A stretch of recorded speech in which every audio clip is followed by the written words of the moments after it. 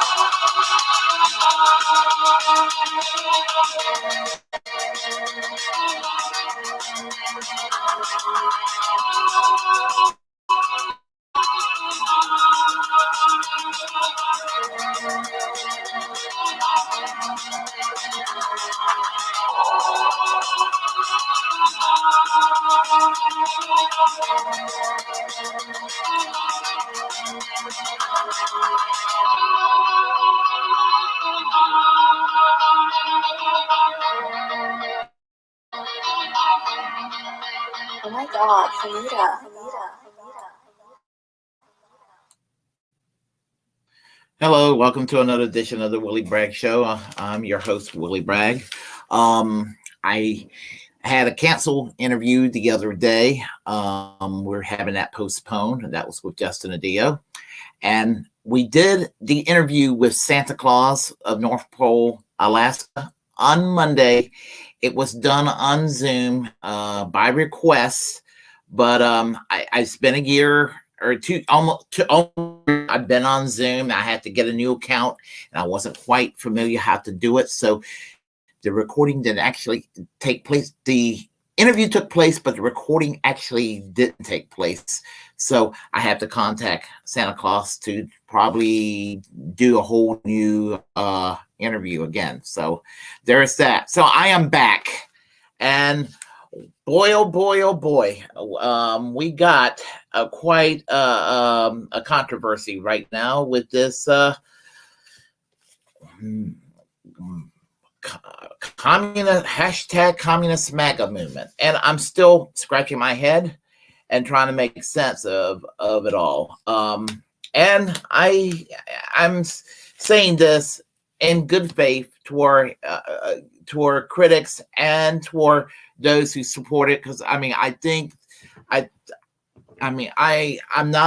obviously not a MAGA, and I'm not a communist, really. So, but and I think I understand why there is a mindset calling for justification for this.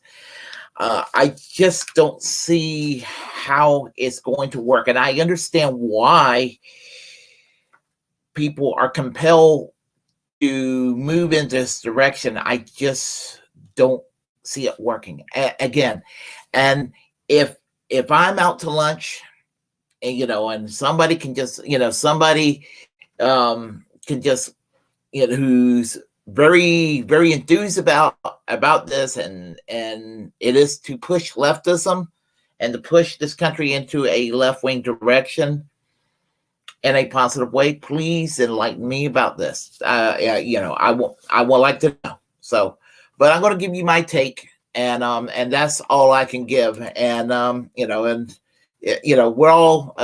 we all see things from our own lenses and our own personal experience, and we all come to conclusions about things. So that we need to go and do just a little bit of a historical journey, and where I think that's taken us to this place right now. And so I'll say, let's begin at the beginning. We'll say at the end of World War I in America, you had the old Socialist Party of America, and what happened in Russia, the Bolshevik Revolution. The Socialist Party was split on the issue of whether to support the new government of, hold on a second, whether to support the new government of Russia or not. And so the Bolshevik wing of the Socialist Party of America, I'm basically doing a very crass history, and there's a lot of nuances, a lot of theory, and a lot, there's a lot more detail, and I'm just kind of stressed for time. So going to put this in a nutshell. Basically, it goes like this. Socialist Party had divisions over whether to support this new Soviet Union or not. They kind of opted not to do it.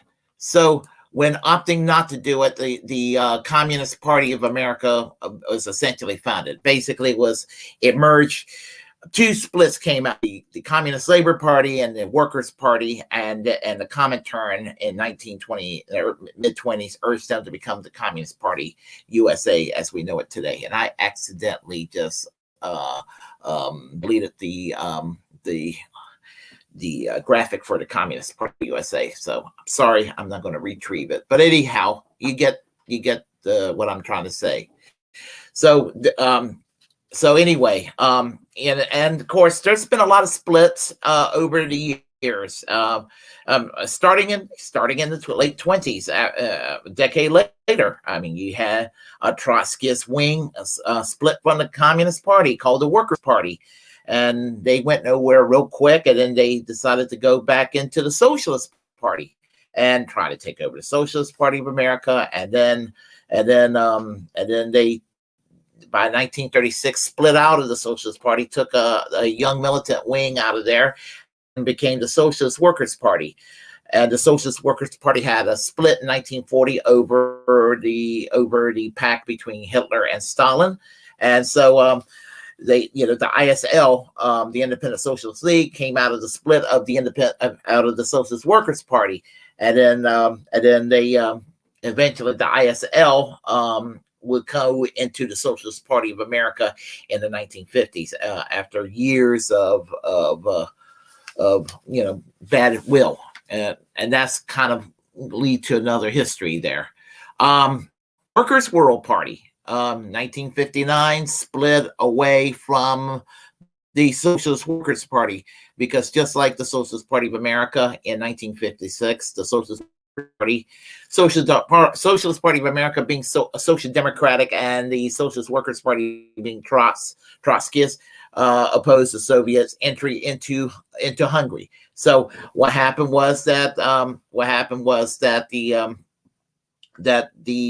pro-Soviet faction of the Socialist Workers' Party split in 59 to form the Workers' World Party, and because of this, of the tensions going on between Soviet Union and China in the 1950s, the pro-Mao wing or the pro-Chinese wing of the Communist Party, I believe it was in 1958, split off to form the Progressive Labor Party. So you can see where we're going with this, and then it keeps going and going and going. The late David McReynolds said in 1951, when he joined the Socialist Party of America, that there were just a handful of organizations on the American left: the Socialist Party of America, the Social Democratic Federation, the Independent Socialist League, the Socialist Workers' Party, the Socialist Labor Party, the Communist Party, USA, the Jewish Labor Fund, the Industrial Workers of the World. Pretty much that's it. And there might have been some small groups, smaller groups and all of that. But those were like the big names on the left. I would say Progressive Party and the American Labor Party, but they're broad and they weren't explicitly socialists. They attracted more like New Deal types, New Deal liberal types. But suffice to say, you can see where an alphabet soup of left-wing organizations would be springing up all over the place. I do blame COINTELPRO for the FBI helped make that a thing. Also, by the 1950s and 60s, they supposedly got rid of it by the early 70s, but I still think it's a thing. My opinion. So anyway, with regard to the Communist Party USA, they've kind of hung on to what I think is called what I would say roughly as I would say popular front. So they kind of latched on to and I would say probably at the time not a bad idea, latched on to the New Deal liberal tradition.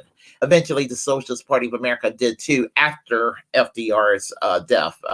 By the 1950s they kind of latched on to it too in their own way. And so they wanted to support a broad coalition and it became they were kind of more interested in reform, in my opinion.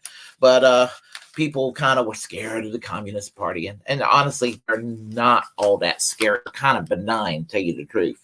They're in a nutshell, the Communist Party USA are happiest when Democrats are in power. That's basically them in a nutshell today. But you got independent organizations, as I mentioned before, Workers' World Party. You had the Party for Liberation and Socialism. You have Revolutionary Communist Party, the SWP. I would say the ISO, but the ISO no longer exists. I mean, you have a bunch of organizations that have existed over the years. The Communist Workers' Party, the Communist Party. USA Marxists, Leninists that favored the Albanian model, So you had kind of an interesting mix of organizations. But as I said, but there was a consensus even among the independent communist groupings, along with the Communist Party USA, and Social Democrats like the Socialist Party USA and Democratic Socialists of America all these years all have this in common.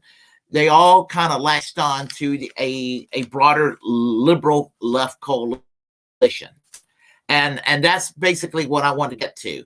And whether they were supportive of the Democratic Party, semi-supportive, or opposed to Democrats, their thing was to get on board with the civil rights movement, get on board with the labor unions, get on board with the LBTQ, although that was a little bit of an issue for some groups in the very beginning.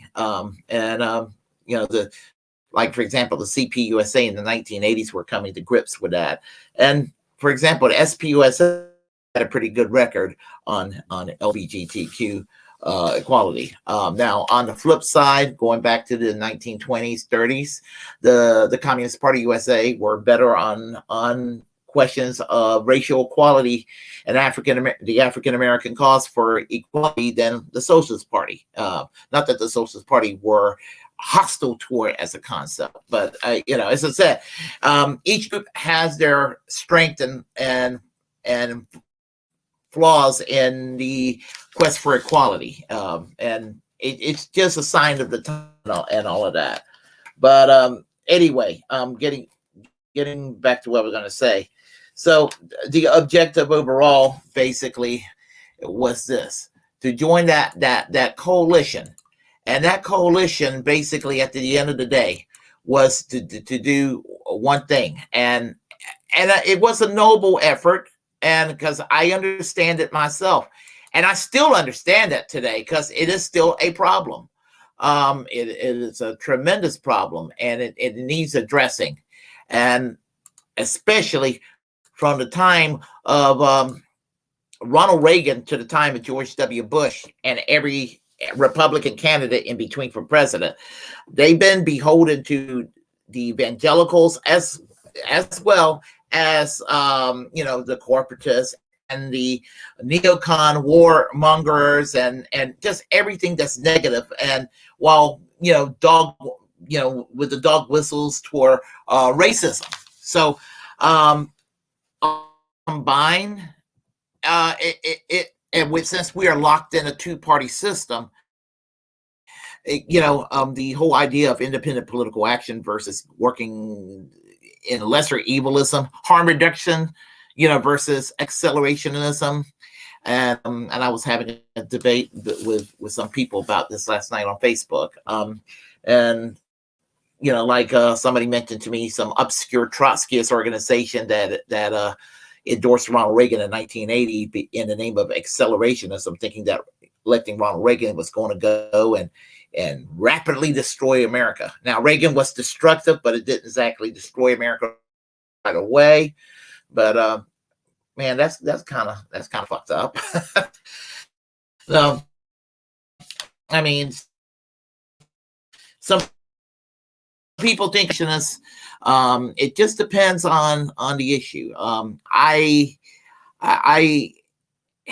was an accelerationist on Obamacare because I am an accelerationist when it comes to things like force to vote, because I think that we need healthcare right now. We need to go and get in the faces of these politicians and provide a militant ultimatum. And I'm so tired of people just always just being too cowardly about this sort of thing. So in that area, I'm what you will call an accelerationist. I'm harm reductionist in the sense that if there's a Marjorie Taylor Greene in your district, do what you can to get rid of her. I'm from North Carolina. Jesse Helms was my senator, embarrassing as he was. My objective was just an absolute priority was just to get rid of him if it's possible. Somebody, have somebody here online who has the misfortune of living in Lauren district, and I don't blame him. The objective is to get rid of Lauren Boebert from Congress. Don't know anything about the Democratic opponent, but let's just say that I hope that Lauren Boebert retires from Congress. I'll put it that way. So there are areas where harm reduction is indeed an objective. Areas accelerationism is appropriate. So it depends on the issue. So anyway, defeating the Republicans was always the objective.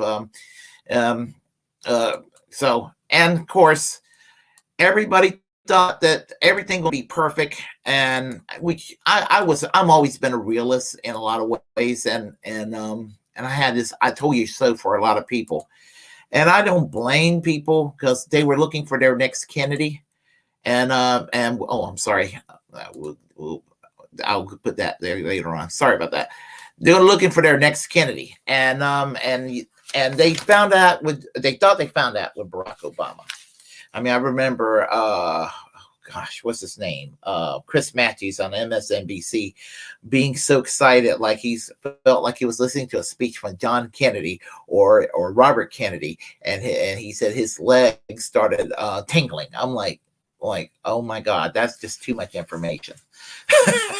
That's just too much information. My goodness. So now with recent developments, George W. Bush. With George W. Bush and Dick Cheney, we had the religious right, and we had just the neocons, and we had hyper deregulations and all of that. All that kind of led to a situation where Obama it was inevitable for Obama to win.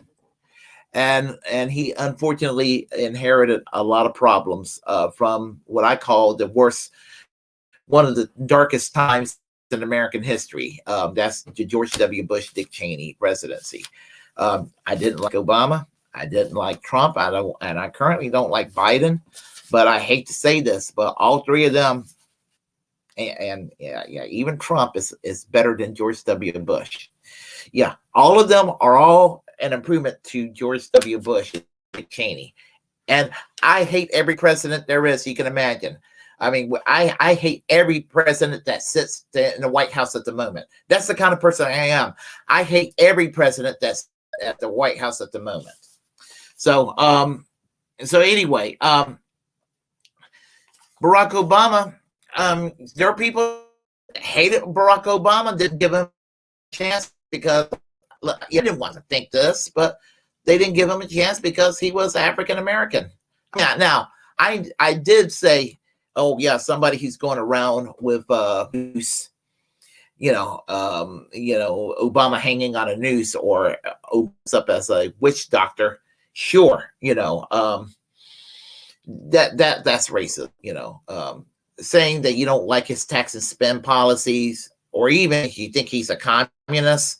They think that of all Democrats. That might not be. You can give them a benefit of the doubt. It just depends on the circumstances. And I'm leading up to what I need to talk about because, we come up with after Obama, we ended up with the 2016 election, and it was a kind of a time for populism. And this is kind of where I think we're all headed with where we're at this point, because Hillary Clinton was the establishment. Donald Trump represented something new, not anything that was positive in my opinion, but different. Bernie Sanders, where I stand on Bernie Sanders. I being the original Bernie bro. So and he came out of nowhere, and the liberal establishment hated it. The corporate Democrats hated it. The Republicans hated it. I mean, the mainstream media hated discussing ideas that were kind of swept to the side for decades, and they hated talking about these ideas. So that's why there was so much negativity toward Bernie Sanders.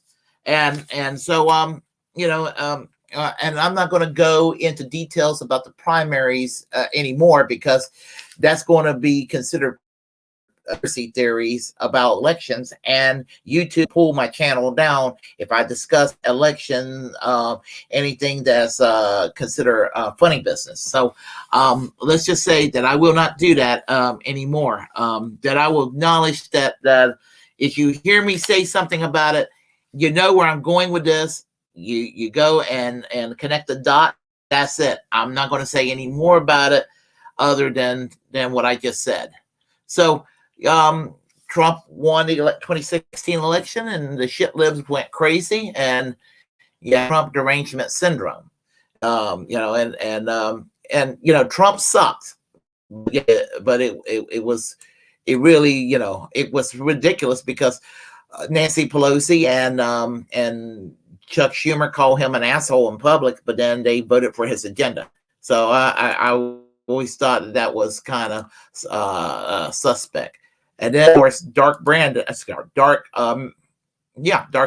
came along. I keep doing that. I'm sorry. Dark Brandon came along, and right now, I just think it's embarrassing for the political discourse to take a meme and act it in real life. It's just shows you where we're at as a country.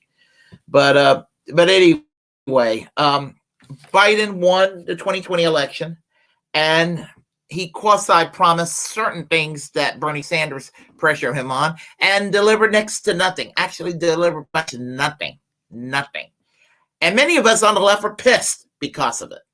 And I am pissed. I mean, because I'm 53 years old, and I'm just tired of same old neoliberalism, same old neoconservatism, decade after decade after decade. And it's just, it doesn't change for the better. It's just more of the same, no matter who's president. And I said that Ronald Reagan started this shit, but it's really solidified by Mitch McConnell. No matter who's president, Mitch McConnell controls. It doesn't matter if Mitch McConnell's a majority leader. It doesn't matter if he's a Senate minority leader. It doesn't matter who's the president, which party's in power. That motherfucker controls the agenda all the time. And that's why this country is garbage, because somehow Mitch McConnell gets his way, no matter who's the president, no matter what the makeup in Congress is. I'm not kidding you. I came to that conclusion. It's the United States of Mitch McConnell. So, and because of this, people are kind of upset on the left. I mean, with forced to vote, it was an opportunity to do something, and a lot of people, a lot of our progressive allies, they're scared to become troublemakers. And honestly, I think that there are some brick walls that they're probably trying in their own way, but I am kind of frustrated with them at the same time. And so there is that. Now so you ended up with basically with leftists getting some leftists getting so super frustrated, and they got caught up with the 2016 populist packaging of Donald Trump. Sorry, it isn't 2016 anymore, but for some reason they still are in the year 2016. I keep doing that. Hold on, they're still coming up on the year 2016.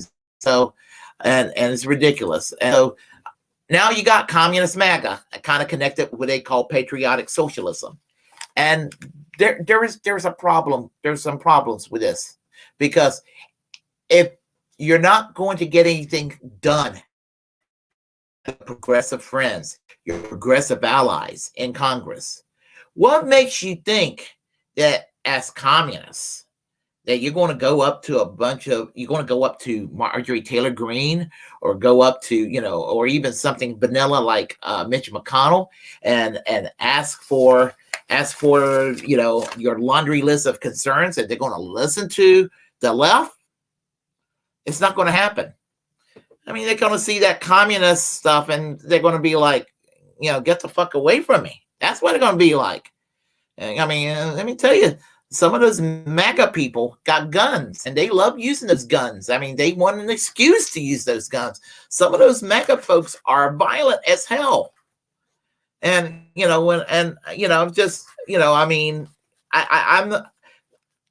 when I hear people like Caleb Maupin, or people like Jackson Hinkle or Haas, or, for Infrared, talking about, reaching out, and what kills me is to tone down the wokeness. Now, I agree that political correctness is, but you don't tone down wokeness by saying that, by throwing trans people under the bus, or throwing the LBTQ community under the bus, or just automatically, siding 100% with the pro-life movement. And what's happening, what I fear happening is that when people on the left go to the right, instead of turning the right to the left, the left that enters the right will absorbs themselves into the right and become the right themselves. That's exactly what happened with the Trots that became conservatives back in the days of the Reagan Revolution. So I mean, and so I hope that, and that's a benign possibility of what could happen. There's also another thing that could happen: Strasserism. The NASBO movement, Red Brown Alliance. This is the sort of thing you have to kind of worry about, because as I said, with Caleb Maupin,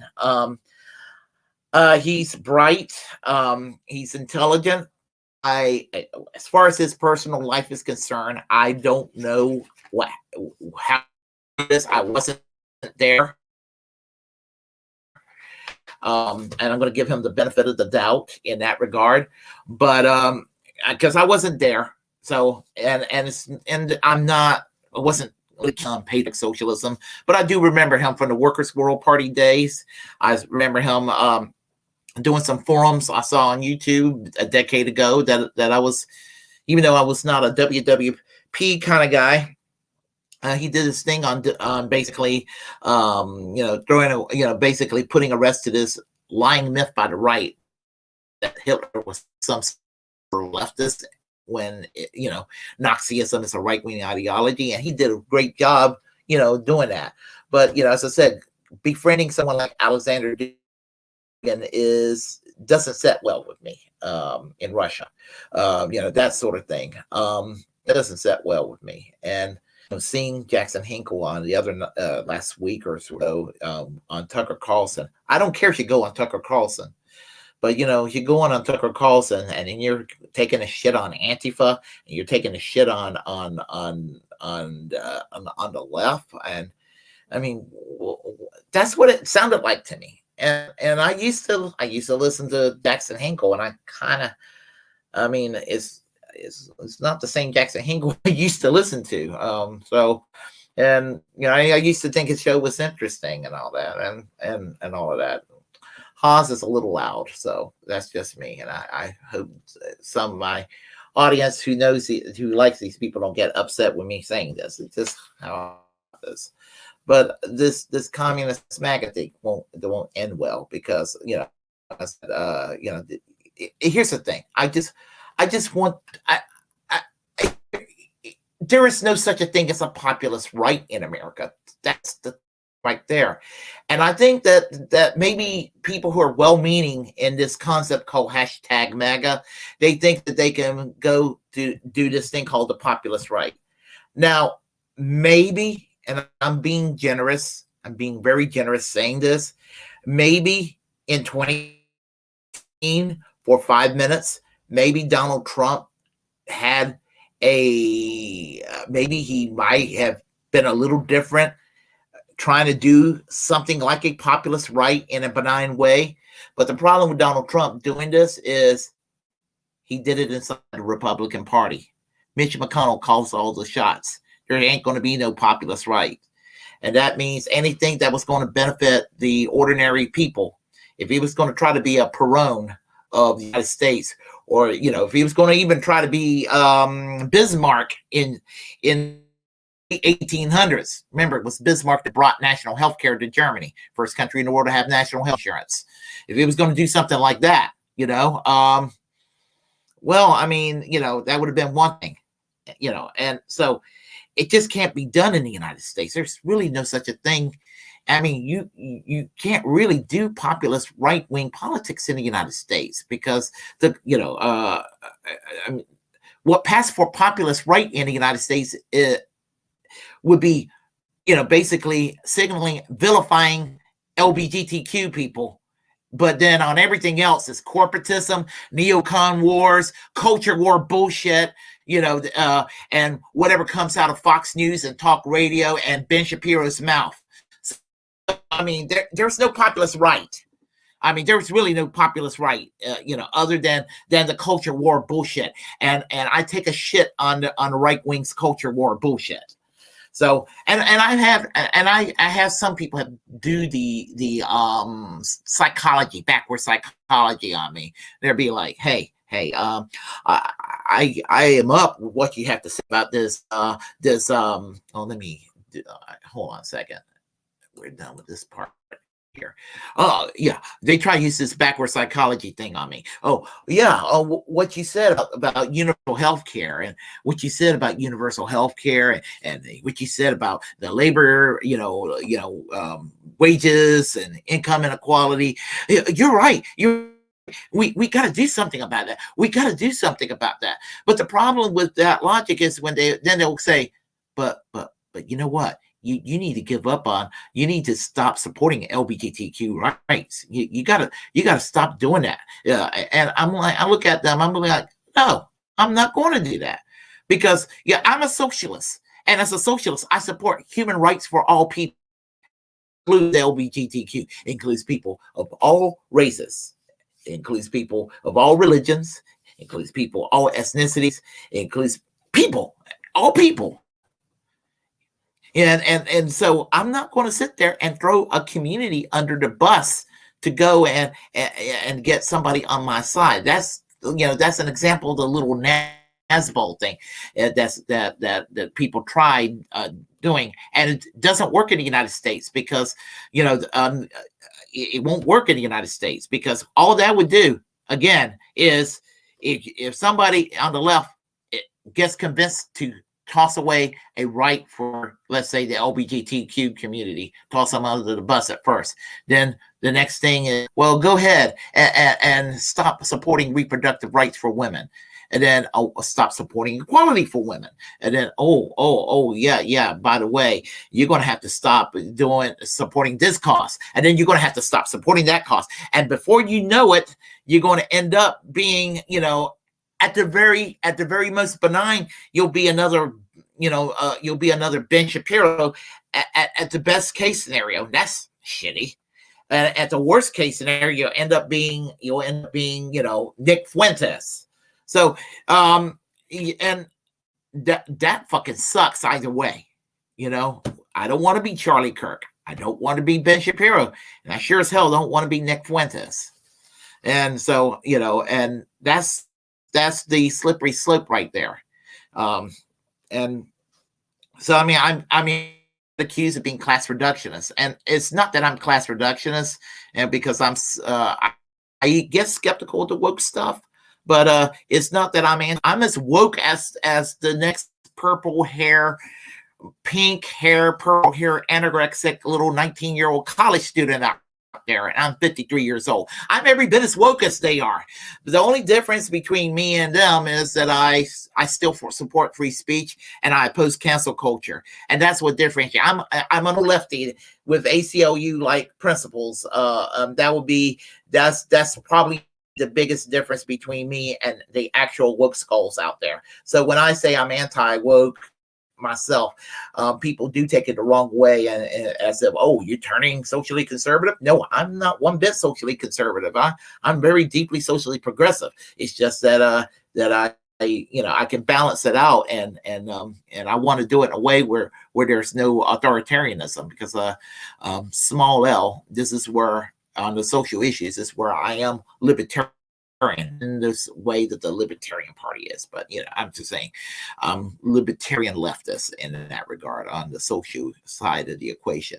And anyhow, and so my advice to people is that just I would argue against MAGA communism only because I think it's going to fail.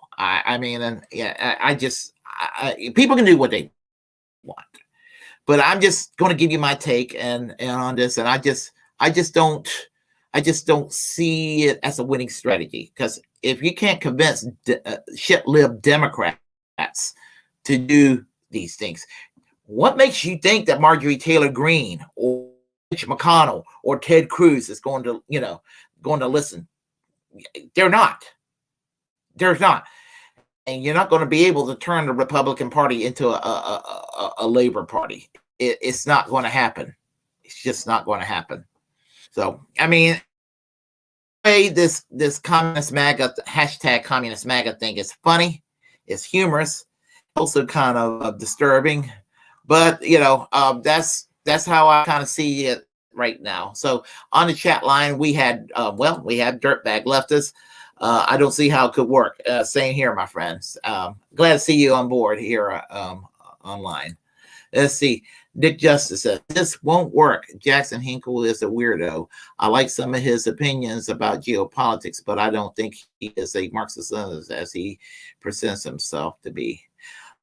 As I said, I discovered his show last summer, and I started listening to his show for a while and liked it for a while, but it was just too much Russia love fest, and I don't go into anti-Russia hysterics like other people. In fact, I think the anti-Russia hysterics is it's crazy. And I've been accused of being pro-Russia, by the way. Believe me, I've been accused of being accused of being pro-Putin by several people because I'm very critical of the government of Ukraine. I think the United States going overboard helping Ukraine is actually enabling the right. I argue for neutrality that in that conflict, because I think that both sides fucked up. I am consistently a pacifist in that regard. Let's see. Obama, typical neoliberal. Absolutely is. Yeah, absolutely. Hinkle pandering to the right. It didn't sell well when I saw him on Tucker the last week. We'll say this about it. When Glenn Greenwald or Jimmy Dore, he gets a lot of shit by the left, some folks on the left, or Tulsi Gabbard even going on Tucker Carlson. At least they make an effort to make a case for the left. Whether they may not be perfect on every issue, but they sound a hell of a lot more leftist than Hinkle did. So I'm having a hard time trying to figure him out these days. That's basically what I'm trying to say. Let's see. Haas is an asshole. I hope not.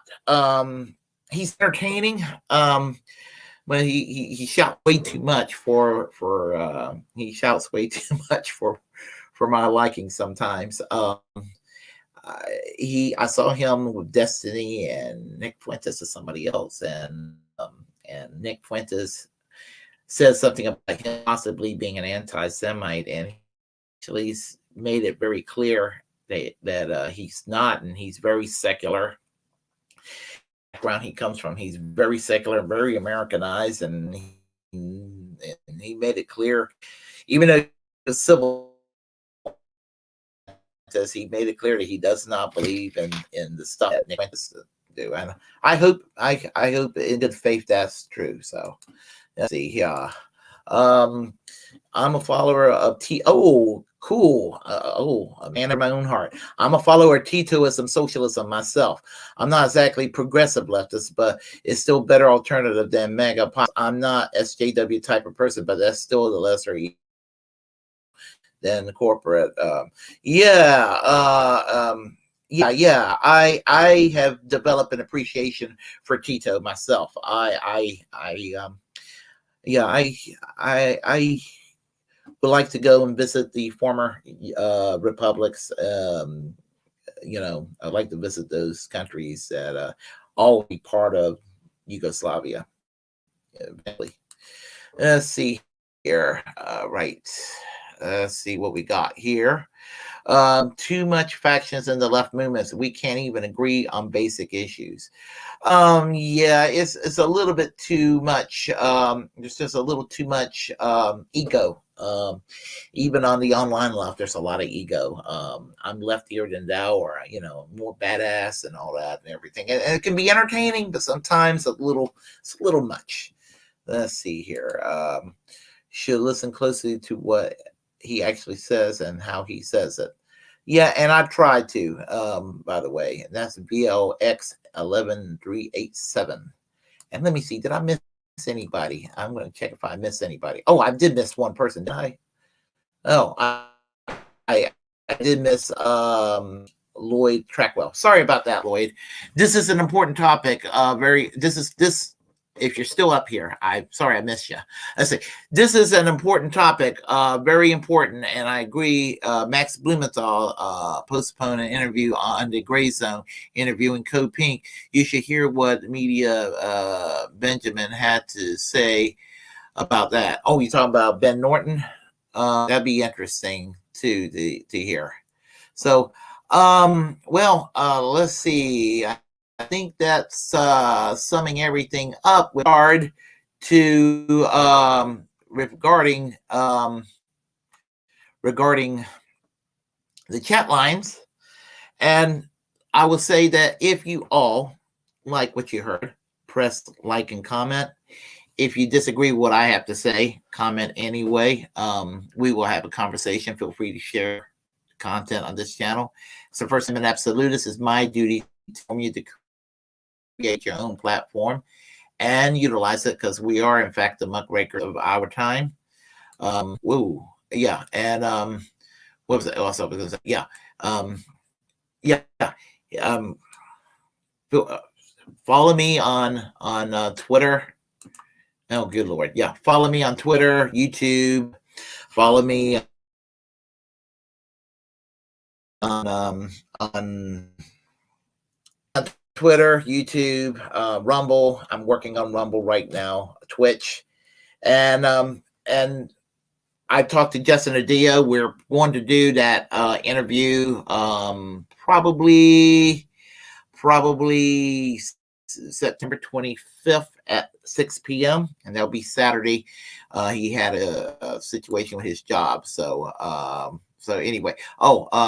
Let's see. Dick Justice said here. Let me finish this here.